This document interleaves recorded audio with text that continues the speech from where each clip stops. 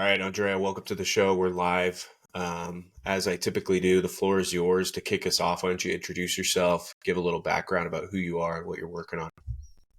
Thank you so much, Connor, for inviting me. I have 18 years of experience in e-commerce and tech companies. I actually started my career in tech in Yahoo, and it was still desired when Microsoft did a bid to buy Yahoo. I was working as content editor there. I also worked for Amazon. I was part of the founding team of Amazon Italy. I moved to Paris for starting as part of this small team of 8 people. And I see the company growing from 8 to thousands in just a short amount of time. Incredible experience. I've done many jobs. I work for entertainment companies like Live Nation. For them, I managed the social media environment ecosystem, built it up from scratch. And then I moved to Rotterdam in the Netherlands. I was living in Milan, and then I decided to join Unilever as a co-creation specialist. So my focus was to create new business models inside the organization. And then I became responsible for e-commerce. It was a global role as part of a center of excellence at Unilever. I then switched to Philips. I was internally classified as a product director, but externally, let's say customer facing, was the venture leader. So again, my job was to create a new business model inside the organization, more like startups, scaling what was existing, but also incubating new stuff. I was specifically focusing on direct-to-consumer business models, subscriptions, and memberships. In there, I also kicked off the first Web3 strategy for Philips Personal Health. And then Philips was heavily impacted. They cut 8,000 jobs worldwide, and I've been impacted. So not only I lost my job, I also my team did not exist anymore. They really cut very hard. I dove deeper into the world of emerging technologies and artificial intelligence, generative AI. So I got closer and closer to startups and agencies and studios who work in that field. So I joined Video Window as a CMO and responsible for sales. Video Window is a Dutch technological startup that basically does great things. They invented a module that you put on the window and the sun act as the backlight, and by using procedural generative video, you can see on your window generative art, which also acts as glare control so that the heat doesn't come in. So a great solution for many industries like airports. We were working a lot with airports who has large surfaces. I became advisor for Artis, which is a leading startup, one of the fastest growing in Asia. They are doing AI photography with a proprietary algorithm. I'm an ambassador for Exclusible, which is a leading studio that works with top brands. They are now focusing on creating immersive experiences on gaming platforms like Roblox, which is really trendy, especially for fashion and luxury brands. So all in all, my experience has spanned across many different industries and companies with different maturity stages, both in B2B, B2C, in between sales, product management, product marketing, and business strategy. So that's me in short. Sorry, I forgot to say that I was living in the Netherlands for 7 years, but actually moved to Playa del Carmen in Mexico. So now I'm starting a new cycle of life here in the Caribbean Sea. Very cool. No, that's super helpful to kind of give a full picture. And I think there's a lot to unpack there, but I want to back up a little bit. And this is kind of a common theme on the show. And I'm always interested. You've worked for a lot of top tier companies, Yahoo, Amazon, Unilever, Philips. How did you get those jobs to begin with? Or how did you get in the door at Yahoo, for example? Or how did you get on the founding team of Amazon Italy. I think those are jobs that a lot of people would like to have. I'm just curious what your strategy was, or if you have any advice for somebody that wants to do something similar to what you've done. It was a bit of a strategy, but also a lot of luck. I was doing something completely different. I was studying human resources. I did a master in human resources, but I've always been passionate about technology. Actually, I was spending my time building computers instead of going out with friends. So I really want to find a way to match the two. And when I was doing this master, I did an internship at the most famous cycling company in the world for professional biking, which is called Campagnolo, which is based in Vicenza. And these guys they needed someone to help them create an HR, the HR part of the website. So the kind of recruiting area and how to kind of manage the career. And that was basically how I started to get closer to technological stuff as an intern. And one thing led to another. So I actually became responsible of I helped the team to build their website, a couple of websites. So this gave me a foot on, in kind of how to structure web pages, how to create content. And this was already sufficient to give me a little bit of knowledge and expertise in that kind of area of content production. And I applied for a role at Yahoo. I didn't even believe that they wanted to speak with me. But after I think 10 interviews, was super heavy process. 10 interviews with so many people, I became part of the team. So that's how I started in Yahoo.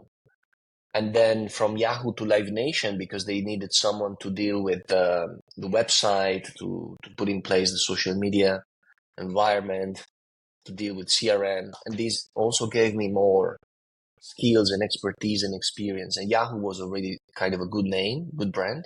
Live Nation is a good brand. So when I applied for a role at Amazon, I was not even aware what Amazon was in 2010. It was not a big thing in Italy. They just started. They started in November 2010, and I joined in April 2011. So just a couple of months after they launched the website, which was still this ugly old school website of Amazon. So while it was already kind of a big thing in America, in the US, in Italy, they was just started. So I was not even super familiar with Amazon. I know it was kind of a big company, but it looked cool. I applied. I went to Paris. I did 8 rounds of interviews, super tough, but super fun. And I got the job. So, again, one thing linked to another. And I kept on increasing my skills and knowledge. And I was also lucky to work for these big brands that kind of helped me build a reputation in the field, I guess. Is there any common theme there or advice you'd give for somebody that is trying to kind of land those big jobs like you did? It kind of sounds like just put yourself out there, and then also, follow through. If you have to do 10 interviews, nail them all, and also be in the right place at the right time. Yeah, that's it. Be in the right place at the right time is everything. But the world is different today. There is so much competition, and they are already super amazing talents. Like if you're already super good, it's not enough because there are hundreds of thousands like you.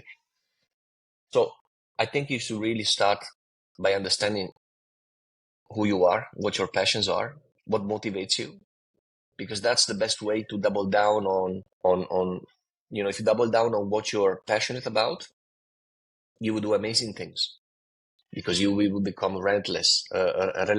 You will be super consistent. You will go the extra mile to achieve your goals if you do what you like, and that will give you an edge.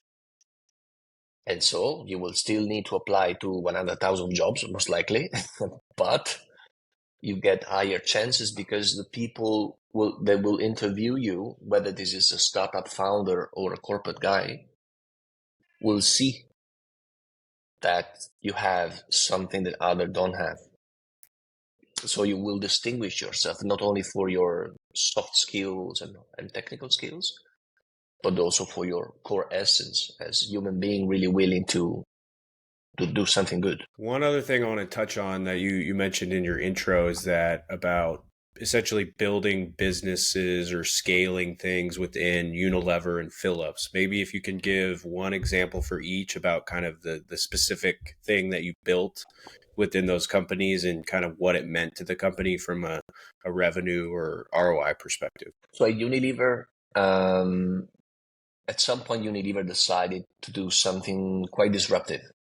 So my manager, which is currently actually my former manager at that time, which is currently the VP of digital growth at Adidas, amazing and successful career. He was a super clever guy, an Irish guy, and he was able to convince the senior leaders to hire a team of experts from all around the world. So we got people from Amazon like me, Microsoft, Google. So we formed this team of 8, let's say, super specialists, and they called this team the Hatch House. I don't know why exactly, but I like the name. And we got our room, we got our fancy spot and everything. It was super, super cool. And so the idea was that this super team of outsiders was given freedom to operate but work closely with brand marketeers to test new ideas, new business models. So, for example, immediately when I started, my challenge was to bring supplements like vitamins into the pill format and create a subscription out of it. It was related to the brand Flora Proactive, which was one of the thousands of brands owned by the company, by Unilever. The reality is that it's really challenging to create something, to incubate something inside a matrix environment, because there are forces that will block you. They won't allow you to move forward. Because in reality, people fear novelty, so they want to stick to the status quo.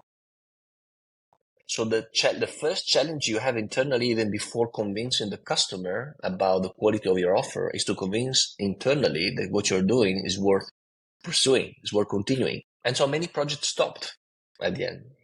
So unfortunately, I cannot say proudly, oh, I have the company achieve millions of dollars. But I have the company learning a lot about how to do experimentation, how to organize and set up a team, what marketing campaigns work, what marketing campaigns doesn't work. And so doing these kind of things really helped the company to learn from their mistake more than anything. But it also helped to instill that entrepreneurial culture that is so missing from these behemoths. A bit different the story with Philips, luckily, because I initially took over the responsibility for growing an existing product, which was subscription for the One Blade, which is kind of an hybrid razor. It's a young brand which targets Gen Z and millennials. And so there, basically, I had the company scaling geographically in Europe, in North America, in Eastern Europe as well, with good growth in terms of subscriptions and also improving, I don't know, the conversion rate of the landing page, XYZ%. So some good KPIs to mention. But was also cool that I had the possibility to test out new models with other products. So there was also a portfolio expansion in terms of, for example, trialing out, experimenting with a try and buy model, with subscriptions and different payment form of subscriptions. And finally, with the membership based on Web3 kind of decentralized technologies and applications. So there, the idea was to incubate a new membership that was giving more power to the community at the point that they could even decide how to steer the product and the project itself. So quite pioneering until the point, unfortunately, Philips had some internal huge troubles. So I had to take some tough decisions. So as you look to kind of how you've pivoted now, and I know you said you're working with kind of AI, more startup focused companies, is that intentional? Just considering what you experienced at Unilever and maybe to a lesser degree at Philips, where when you had these amazing roles at these big companies, but it seems like there's a lot of bureaucracy and red tape to really move things forward. So is that intentional in the companies that you're working with now, that you're trying to work with smaller, nimbler companies where you'll have more freedom to influence their direction? Well, at the end of the day, I'm really following my my inner spirit. Like there's a call. I'm just following the call. Because if I look back, really, what I can notice about myself, if I do a little bit of retrospective, sorry, is that even in big companies, I was always looking to work at the forefront of innovation in small, nimble teams, in more entrepreneurial settings. In fact, I'm not a classic white collar. Even work, Amazon, when I started, it was a startup. Keiko, which was the part of Yahoo where I was working on, was a startup inside Yahoo. At Unilever, I was working for the Hatch House, which was this entrepreneurial team. Philips, same story. So I'm just following naturally my inner spirit that is telling me, Andrea, actually, you're more suitable to work with agile companies within entrepreneurial environments rather than just sitting on your computer getting orders from people. Which at the end of the day, you're always serving someone, whether you're serving your customer or your shareholder. There's someone to answer to, but I guess it's really, at least for me, more appealing because it's unstable, uncertain, it's challenging, and that's where I don't get bored and where I thrive. So, kind of in the same vein, when did you get involved in more of the AI space, right? It seems like that's where you're headed and where your focus is now. Have you been interested in working in that space for a long time, or is it more recent over the past year or so? Yeah, I've been involved with AI actually for many years. At Yahoo, I was a content editor, and I actually used machine learning to classify items to improve the search results. So I got closer to AI without even knowing what I was doing because I've never been a technical guy. I've always been more from the business and marketing side of things.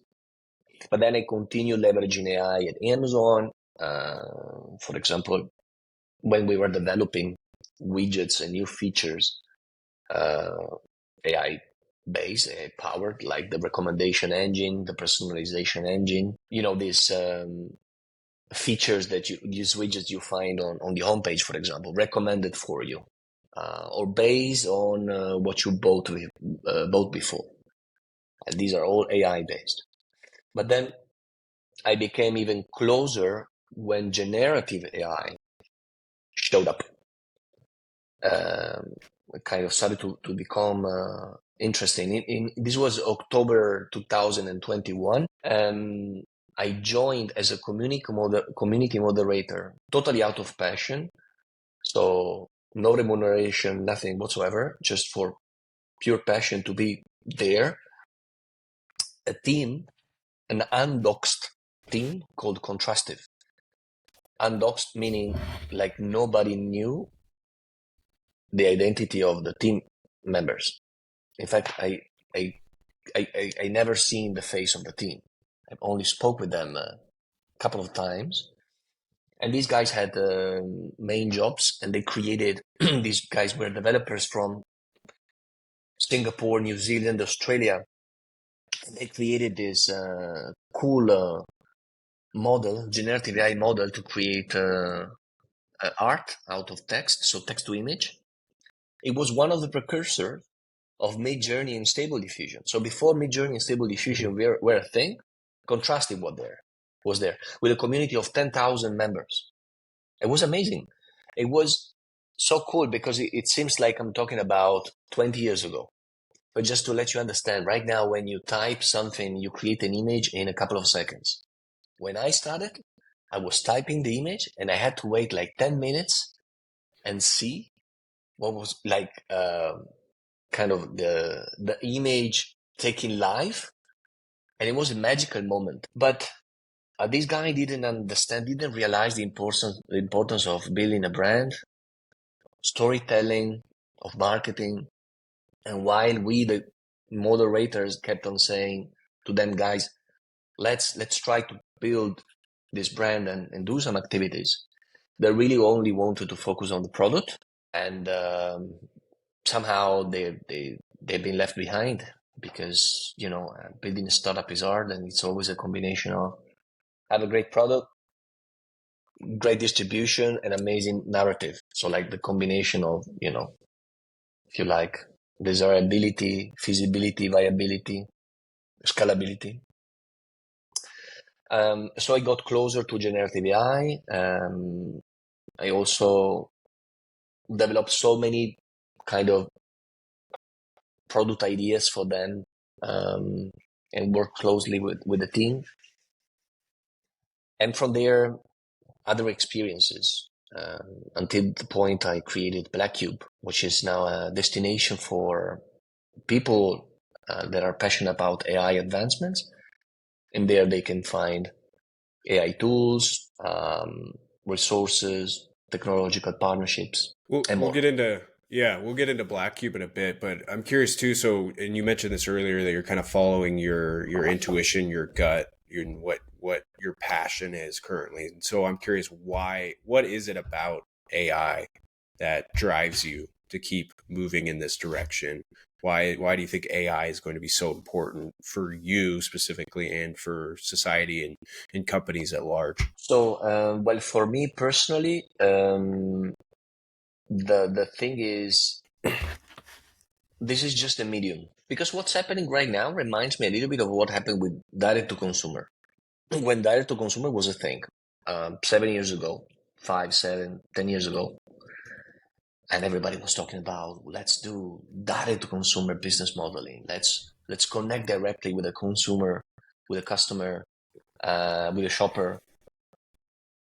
I guess I'm always attracted by the potential of pioneering something, whether this is a product or a solution or a service, before anyone else, and leave my mark and saying I was there when we started this, and what's next.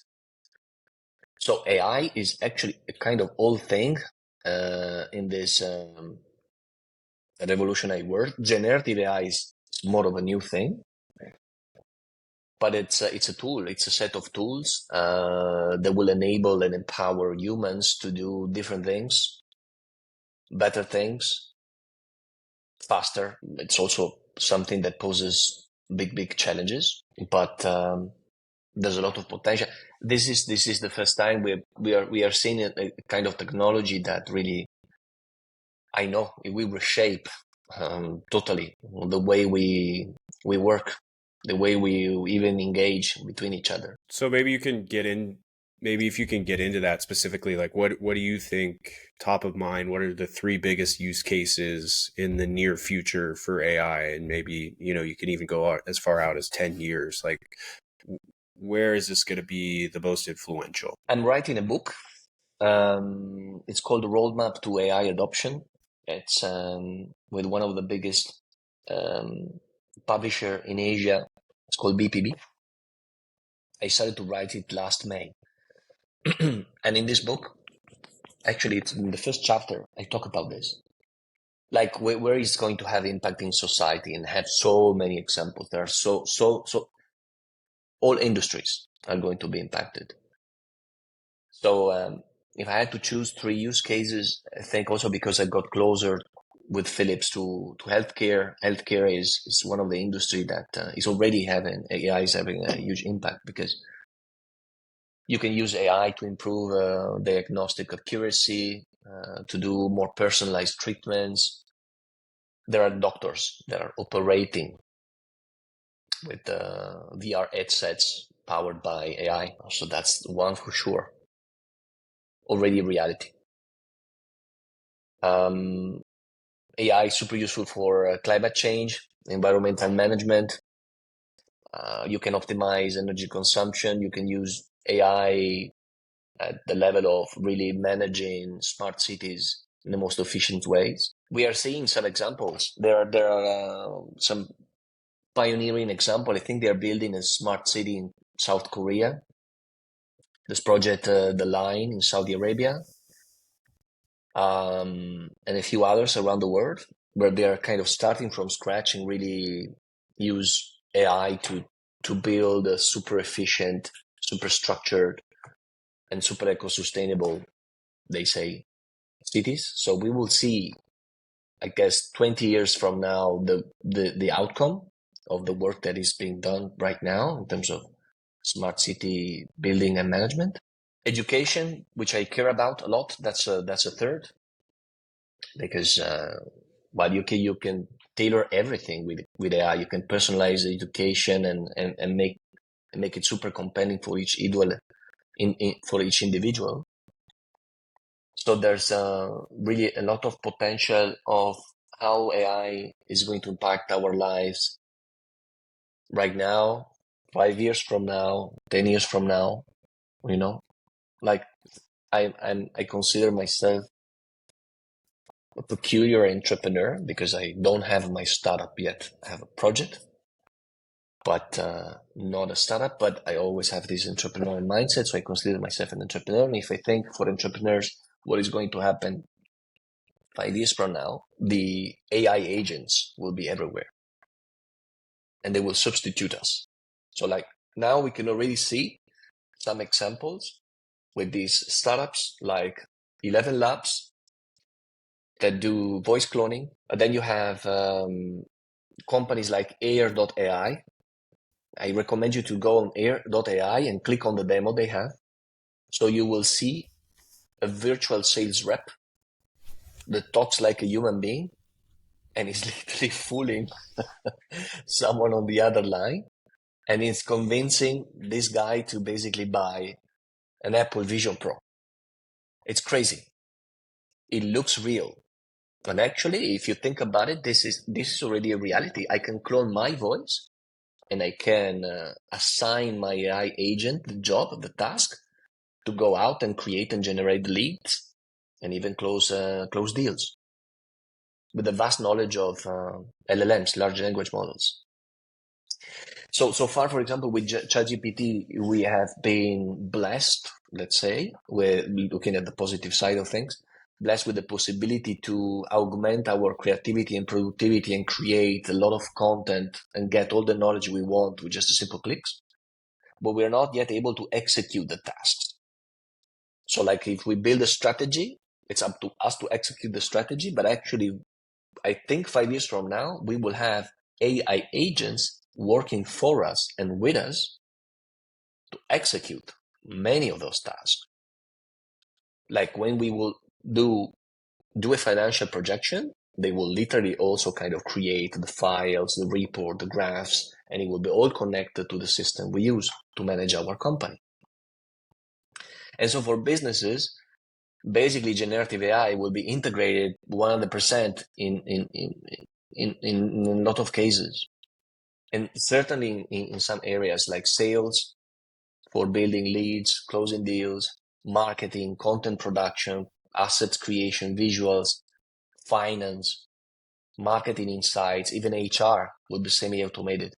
Right now, already, big companies are using AI to screen and filter thousands of thousands of applicants. So you get scrutinized and judged by an AI before a human being is looking at who you are and what you're capable of. And so looking even far ahead, and we are starting to see this. This is happening. So looking ahead, the way we organize the business itself will change and evolve. We will see more and more solopreneurs or mini teams composed by both humans and AI agents. So there won't be a need for a startup with 20 developers. You will need a couple, and these guys will help manage 20 AI agents. Maybe you will need a human sales business developer, but this guy will manage 3, 4 AI agents. They will work for him, and so on. I was, So yeah, yeah, I'm just curious. I just want to interject a bit because I think you're right, and I think on another episode somebody told me that AI is horizontal; it's not vertical, right? It affects every business and every area of business, which I think is really interesting. And back to your earlier point, what you were seeming to get at with energy management, healthcare, education is that people should be able to get higher quality healthcare at a lower cost, right? Which I think is a net positive. But then to your second point with the advancement of AI agents, whatever you want to call it, it appears that AI will also eliminate a lot of jobs, a lot of lower level administrative jobs. So I don't know if you have an opinion or a take, and I understand it's really complicated, but how that works. And maybe you kind of were getting to that with like solopreneurs and kind of the economy fracturing into a lot of smaller companies or entities. But it seems like the job replacement thing where if you're eliminating millions of jobs from AI, they no longer even have the money to pay their energy bill or pay for the healthcare, even if AI has made it cheaper. I don't know if that makes sense, but do you have a kind of a take on that, or how we balance both of those things, like how it's going to bring positive things, but also negative things, maybe in job elimination and the ability for an everyday person just to earn a living wage? it's tough. It's super tough. But we need to look back at history, what happened, or what's already happening today. Like if you look at companies like Amazon, for example, in their fulfillment centers 10 years ago, they had hundreds of human beings working in their fulfillment centers. They still have hundreds of thousands, but right now, close to them, they have robots doing the job, the task. And we will reach a point where the supervision of the human will be minimal. So yes, we will still need guys with, for example, engineering background. They will be able to supervise the machine, but most likely we won't have the person doing the tedious job. And from one hand, you say, wow, that's amazing, because who does want to move packages all the day, 5 days, 6 days per week for 20 years of his life? No one. You want to do more high value action. So that's the positive thing of AI, that it supposedly help you to focus on more valuable things. But on the other side, the flip side of the coin is that, yes, like jobs will be replaced. They are being replaced as we speak, but it's a slow kind of process in this sense. So it's something that you don't even realize how powerful it is. AI ethics is so important. So how do we build AI in a responsible way? How do we structure companies in a way that there is always a balance between how much we use AI, how much we want to use the creative minds of human beings? And, big companies will still dominate, like Microsoft, Nvidia, Amazon, Facebook will be still absolutely dominant. Chip makers will be dominant because everything is really leaning towards AI, generative AI, virtual technologies. That's where the money is. That's where investors are betting their money right now. I was looking at statistics some days ago, and I was saying that among all industries and sectors, like 80% of funding is in AI. 80% of funding. Like it's crazy. It means that all the other sectors are almost negligible. So I don't have any answer. The only thing I can say is let's be adaptable. Let's keep on adapting and upskilling ourselves to stay relevant. That's the only thing we can do. So you just mentioned too, and this kind of relates to another question I want to ask, 80% of investment going into AI type companies. How much, just considering your knowledge in the space, how much of AI is just hype, right? You think back to, you talked about Web3 a bit, and I'd say there was a bit of a bubble or a crash in Web3 going back to 2021. You go back to the dot-com bubble. Like it seems like these things have happened in the past. Does this fit into that same category or is this different? Good question. It's both hype and both real business impact. Like as I was saying, right now investors are really supporting the hyper growth, or they want also to see the startups going into hyper growth because they want to have ROI. This is far from being sustainable. We have seen this with Web3, and there are signs of a bubble, but the fundamentals are also there. Like, for example, NVIDIA stocks went super high. NVIDIA is super expensive, but at the same time, NVIDIA is amazingly positioned to win and stay at the forefront and be a super leader for the next 10, 15 years. Like they are super strong. So AI is impacting so many industries.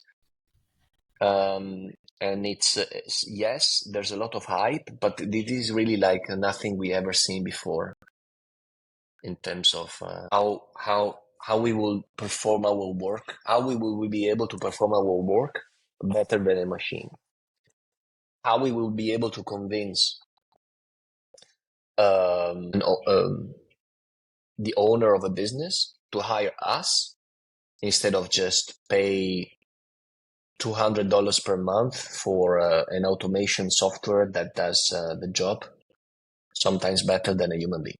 I'm just giving, of course, like I'm going to the extreme, but that's something we need to be aware of.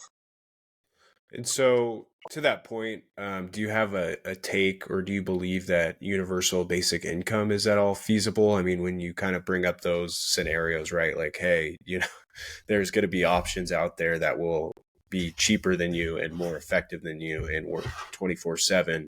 Um, I think it kind of goes back to like, what's the solution? So I don't know if you have a specific take on that. I know that has come up in politics and as a general solution. I don't know if you've thought about that at all. Yeah, like one of this comedian who became a politician in Italy. His name is Beppe Grillo.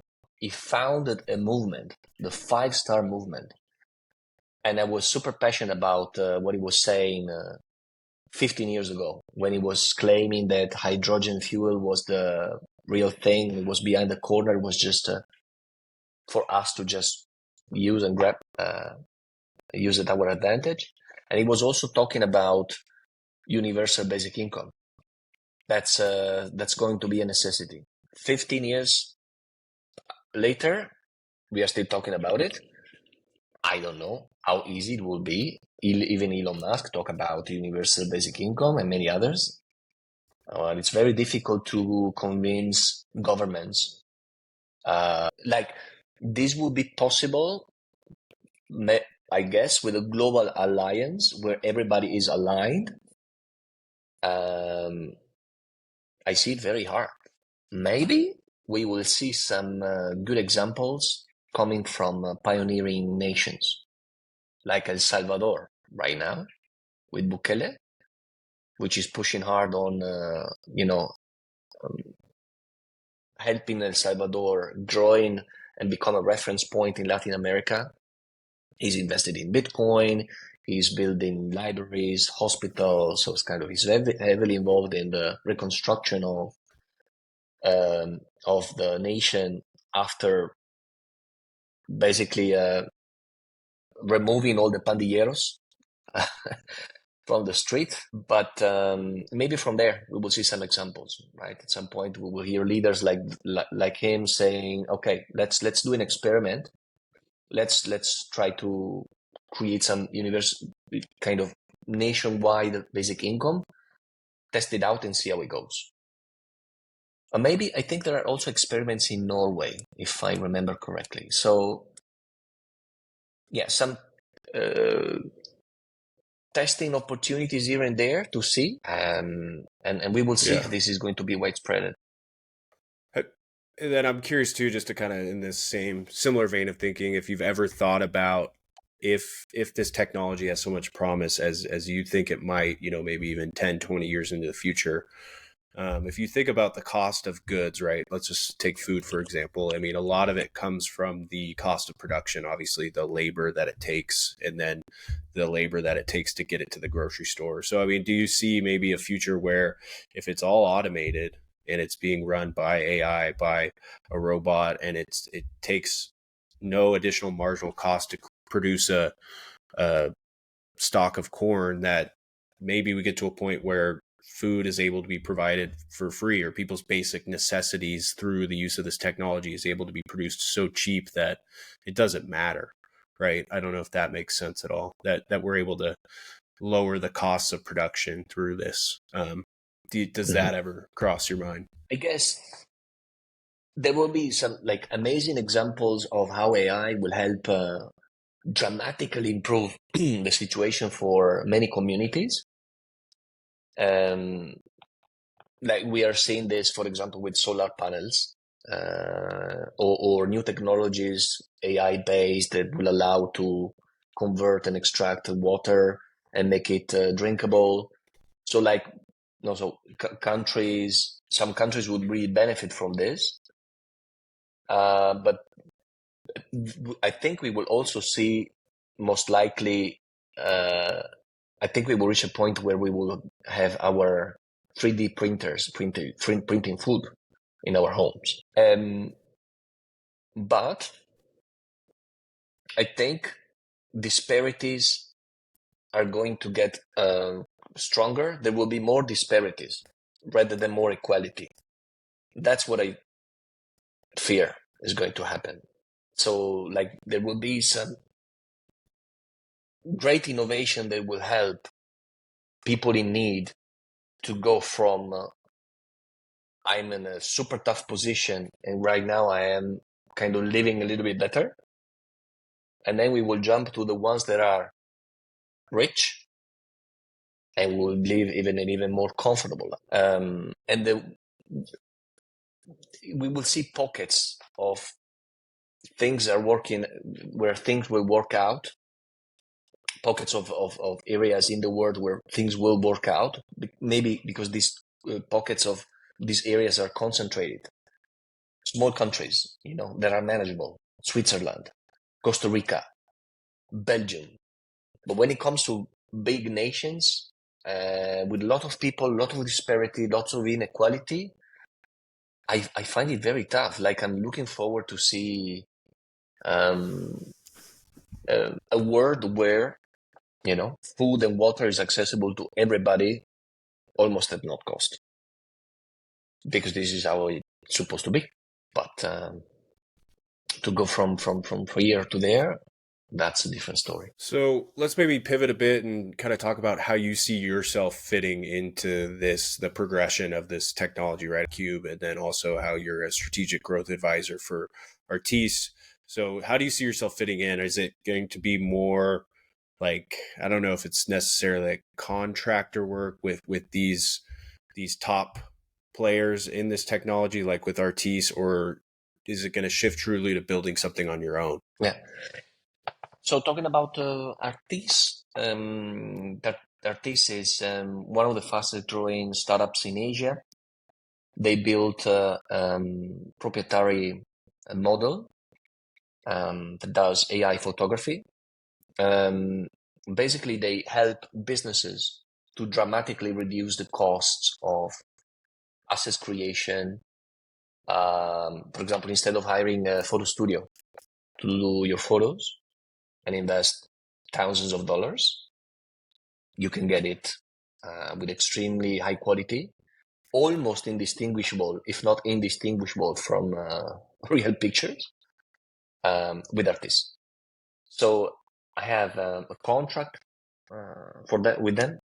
I'm a strategic growth advisor. So my role is basically to help the team find new opportunities in new verticals, new industries, leveraging my network, my connections to see if there's a brand out there that realizes the potential of artists and how it can be so transformative to the conventional practices. So my desire is to bring BlackCube to the point where it can be a sustainable business, if not my primary business, because right now it's a side project.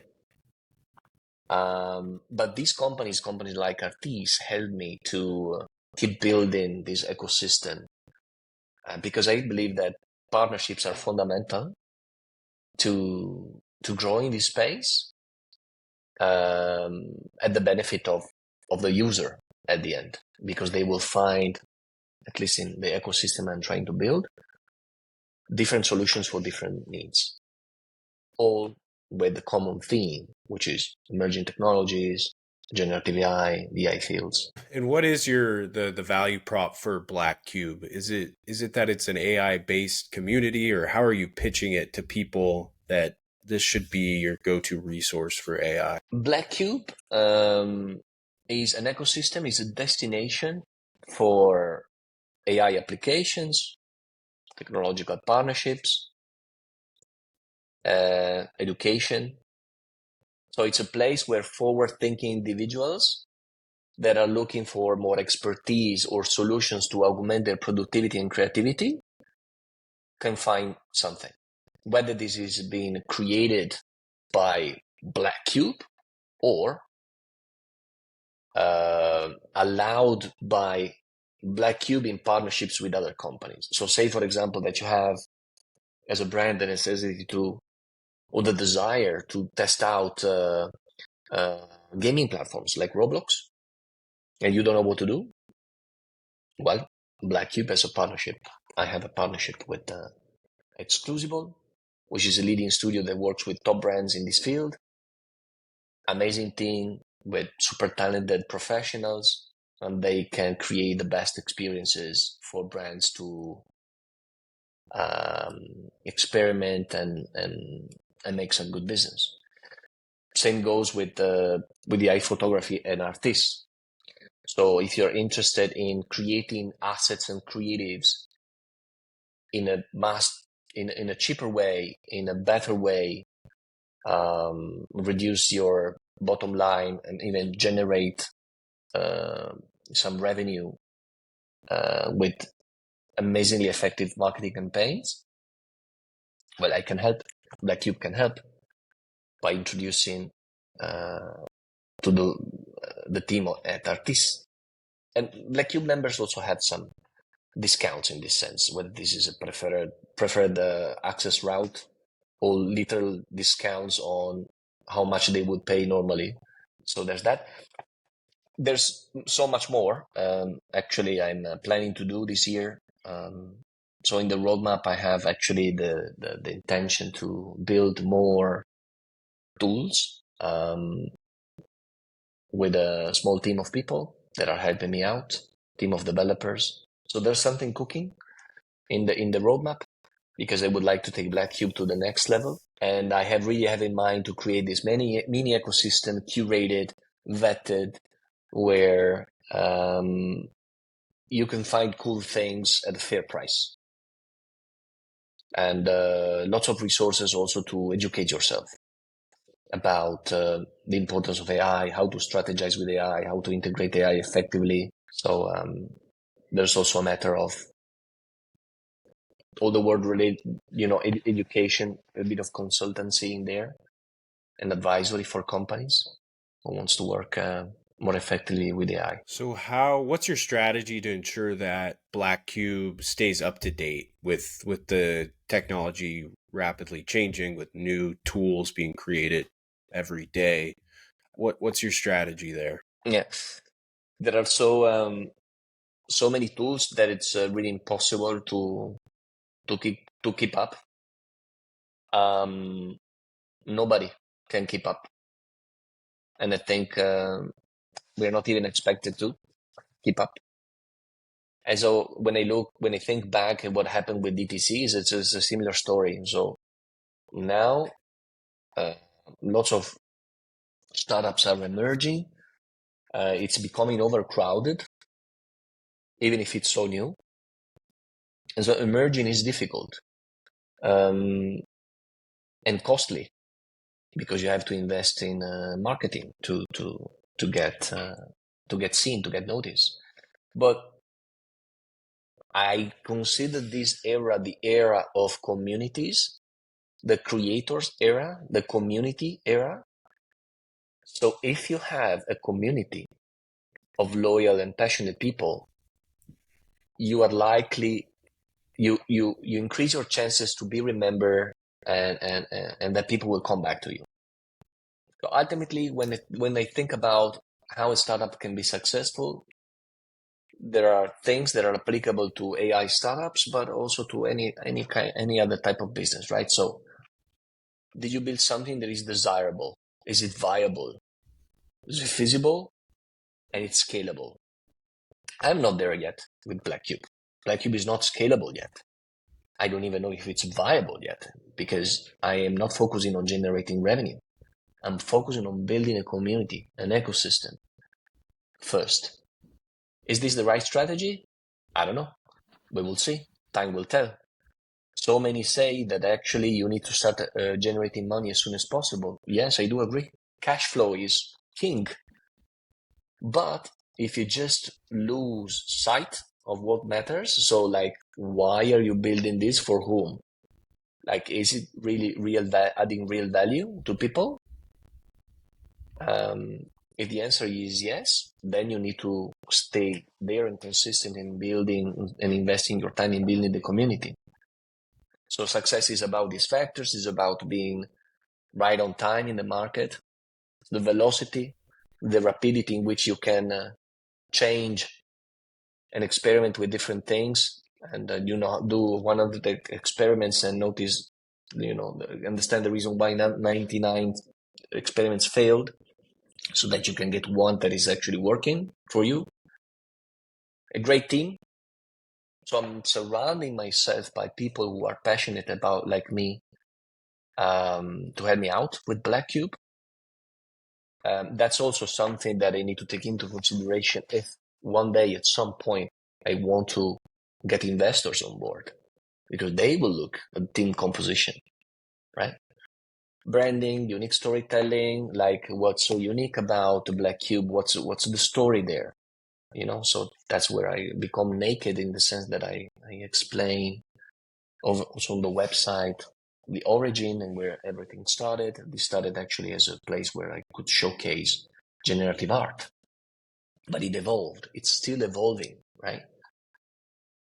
And then something that I really aspire also to have is some IPs, something proprietary that is very difficult to replicate, and that also helps startups to have an edge. And so lots of focus on the community, on solving real business problems, and go from Do you there. have a timeline? Do you have a timeline of when you want it to be monetizable or a sustainable business where you say, hey, this is now my full-time thing?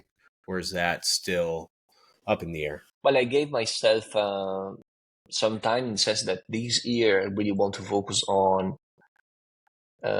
So far, I work a lot on the kind of B2C side of things, focusing on the end user, and will still be focused there. But I also want to start position BlackCube as a place where businesses and brands can find solutions. So more work on the B2B side of things.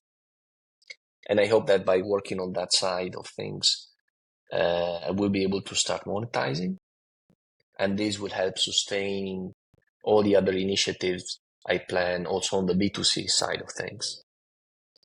I want to keep this would be, ideally, this would be my side project, secondary revenue stream that I can keep alive with minimal supervision. But if among the thousands of my business ideas I plan to test, there's one where I really think it's worth to even create a spin-off, I would consider to create my own startup and basically give to BlackCube 100% of attention. But it's too early for that. So step by step, let's build the community. Let's build some cool products, test them out, see if there's something that sticks, that is interesting for the others. If that's the case, we can continue this path. Otherwise, we will pivot and find something else. So maybe to close out here, just considering what you're going through right now, you're kind of in the beginning stages of trying to create something viable, something that you own, a startup. So maybe for any aspiring entrepreneurs that haven't even started yet, what advice would you give them, knowing, what you know now throughout your whole career, and as you're thinking through what to do with BlackCube specifically, what advice would you give? Like, if I had to start from zero, Mm-hmm. for example, Yeah. I would do what I'm doing right now, because basically this is kind of a bootstrapped experiment, relying on my savings to get things going. You need to pay for a lot of things. You need to pay for web hosting. You need to pay for access to AI tools. You need to pay for several things to keep this thing alive. But yeah, at the end, it's all about answering the classic three questions: who's the customer? What's his problem? How you're going to solve it? And test your ideas. I like to talk with people. I like to connect a lot with talent people on LinkedIn. I use LinkedIn a lot. So I interview people literally, like I connect with them and then I interview them in a very informal way, but with a structured approach. So this helps me understand if there are some untapped opportunities that are available, and then I can understand if I'm able and if I want to go that route to develop something there. So talking with who's going to be potential customer or user is key to get a better understanding of what to do and how to do it. Research is also important. I mean, you need to use data as much as possible to understand, what's what is what is what is the right solution for whom, for what moment. And I would also suggest to collaborate as much as possible with people. I collaborate with people and I try to surround myself with people way more talented than I am. That's the best thing to advance, and not fear, not fear to ask for help. Absolutely. Because a lot of people think that I know better. I will do this. And I don't want to listen to anybody. That's fine in some cases, because ultimately startups and founders, they get a lot of rejections also from their family members. Maybe mom and dad will tell you, no, what are you doing? You're losing your time. Find a job. No, mom, this Mm-hmm. is my job. Like, you need to stay kind of true to your vision, but you also need to be super open, especially with people that work in the field. Say, guys, help me out. I'm new here. Like, give me some advice. And you will be amazed to find how many professionals are willing to give you advice for free, or for a fair value exchange, you know? Yeah. So this will be kind of my advice. No, I think that's great, Andrea, and I think that is also a great way to close. So, before we officially close out, I'll give the floor to you one more time. Any other final thoughts, and where can people find you and connect with you and learn more about what you're building? Yeah, absolutely. I think I like knowledge transfer. I like to share what I know. And so that's why I'm saying, especially to young entrepreneurs, aspiring entrepreneurs, to do the following, like acquire knowledge, soft skill, technical skills, nurture your body, mind, and spirit. I don't do it enough, but meditation is amazing. It really, really helps to balance yourself, to bring the best version of yourself. Create connections, network with people, build your digital reputation online. 15 days ago, I led a webinar for young entrepreneurs in Kosovo to talk about digital reputation. Because the reality is that many founders, especially technical founders, they have no idea how important it is to be present online, to have a good profile on LinkedIn, to build connections there. So many opportunities, so many doors can be open if you go there. And so you need to stay consistent, dedicated, to keep on persevering, because there are so many discouraging moments. But, if I go back and like, if I knew this 20 years ago, right now I would be a millionaire. But jokes apart. People can find me at BlackCube, www.blackcube.digital. It's a place where we empower creators, entrepreneurs, and businesses to push the boundaries of human and AI collaboration. I'm also on LinkedIn. I'm building many cool things, so I'm really looking forward to partner with other talented professionals and invite people to join me. To become a member, by the way, registration is free for the basic tier, so there's already a lot of stuff available. And I want to thank you, Connor, for giving me the chance to talk about my experience.